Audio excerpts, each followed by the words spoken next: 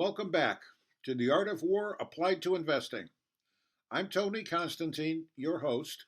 I'm an investment advisor representative with Lifemark Securities Corp. This week, lesson number 22. Sun Tzu said, use bold military action to achieve a political objective. Go strategy. Well, what does all this mean? At first blush, it doesn't seem like it relates to investing at all. Well, here's the rub. It does. Let's talk about what is being said here first. Achieve political objectives. Well, what's political? We'll talk about politics. You see, we're not talking about the kind of politics that you see every day in the media and newspapers and all that stuff. We're talking about real life politics. In this situation with investing, politics is personal politics.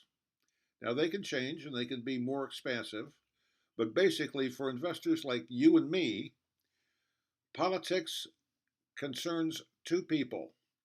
It's family politics or personal politics. The only people you have to worry about pleasing and keeping by your side are you and your spouse, if you have one, and your general.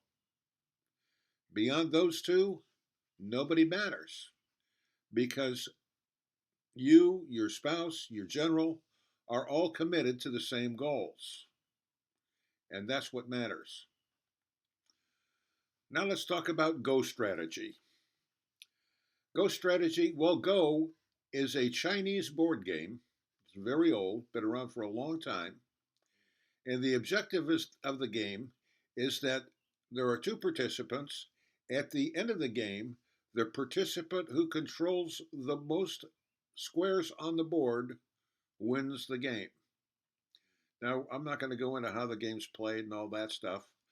You can find that anywhere on the internet.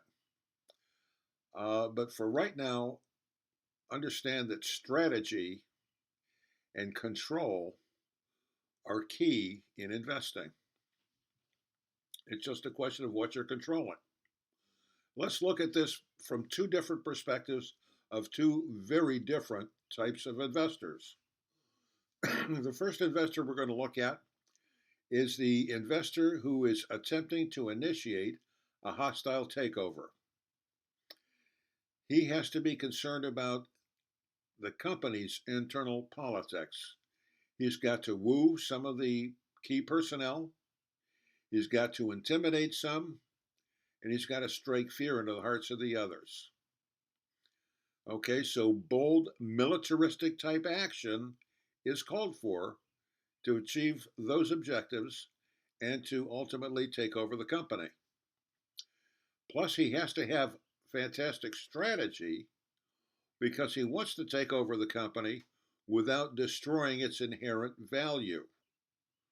Because if he is successful, he wants to have gained something valuable for his time and effort. Okay? So you see how Go strategy and using bold militaristic action works for him. Now, how about the other type of investor at the other end of the spectrum? You know, people like you and me. We invest because we want our money to work for us. Well, we're actively doing something else, you know, like making a living. Okay, how does this fit into us? Well, first, the politics, you, your spouse, your general. Okay, all three committed to the same goal. Nobody else has those goals. Only you three. And they're not the general's goals, they're your goals, but he is signed on to help you achieve them. Now, for the strategy, let's think about this. The market has a strategy for us. It's going to try to confuse us and get us to do things that we shouldn't do. Okay, how are they going to do it? Well, they're going to plaster us all day, every day with this information about what we should be thinking about rather than what we are thinking about or what they think we should think about. or they want us to think about. Well, and they may even come in with, trying to be fair and balanced, two different viewpoints by two different people on the same issue.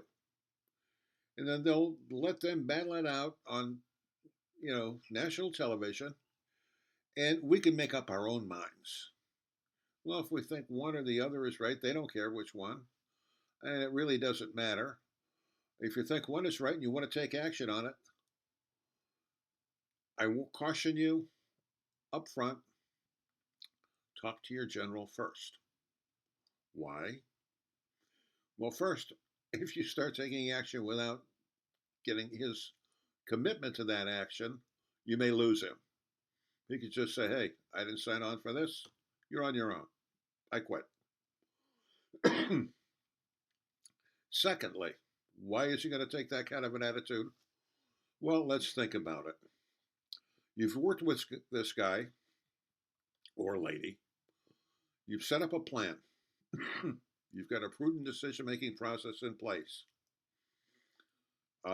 If you go taking the word of somebody on television, or even one of your well-meaning friends and family members who suggested, hey, you should invest in XYZ, it's, going to go up, yada, yada, yada, it may or may not be a good thing. But that's why you need to consult with your general, because you need to do the research on whatever it is before you do anything. A good example is someone who decides that, oh yeah, that's a good thing, I'll invest in it. Then he finds out he needs $50,000 to invest in it. Where's he going to get the $50,000? If he takes it out of his emergency reserve, well, it's not going to be there in case the furnace goes out. Secondly, if he takes it out of his emergency reserve, it's going to screw up his balance. Then, if he's not going to take it out of his emergency reserve, where's he going to get the money? Well, chances are he's going to have to sell something. What? Now he's got to compare what he wants to do against every one of his holdings. Is he going to, if he sells, number A, is it going to throw off his risk profile? Is it going to change his allocation? Asset allocation strategy? And what are the prospects compared to what he's selling? You're not necessarily trading apples for apples when you're selling one thing to buy something else. You have to go through the whole process and decide, is that something I should hold? How much of it should I hold? And where should I hold it? Which part of my portfolio should it be in?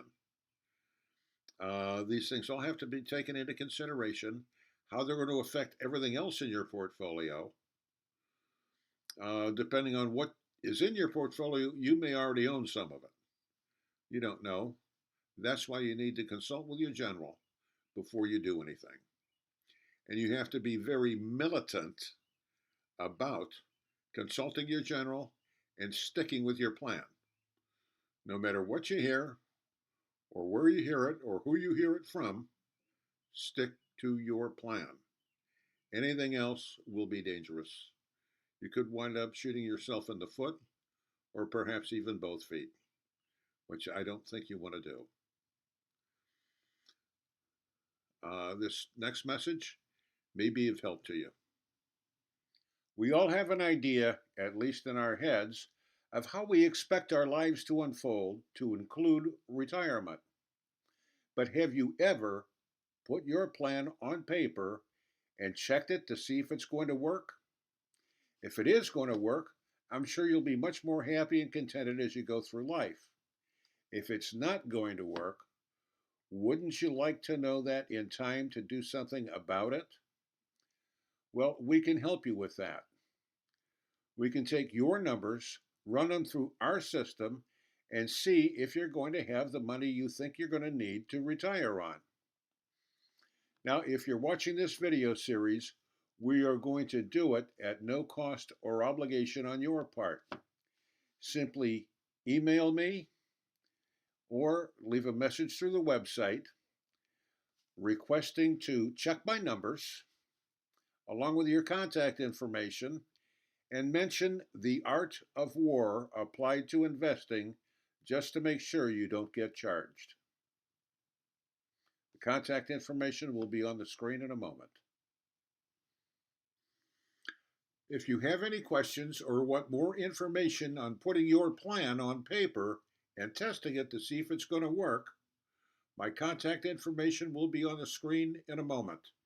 Feel free to email me, call me, or leave a message on my website. Don't forget to come back next week for lesson number 23. In the meantime, make every day a great day.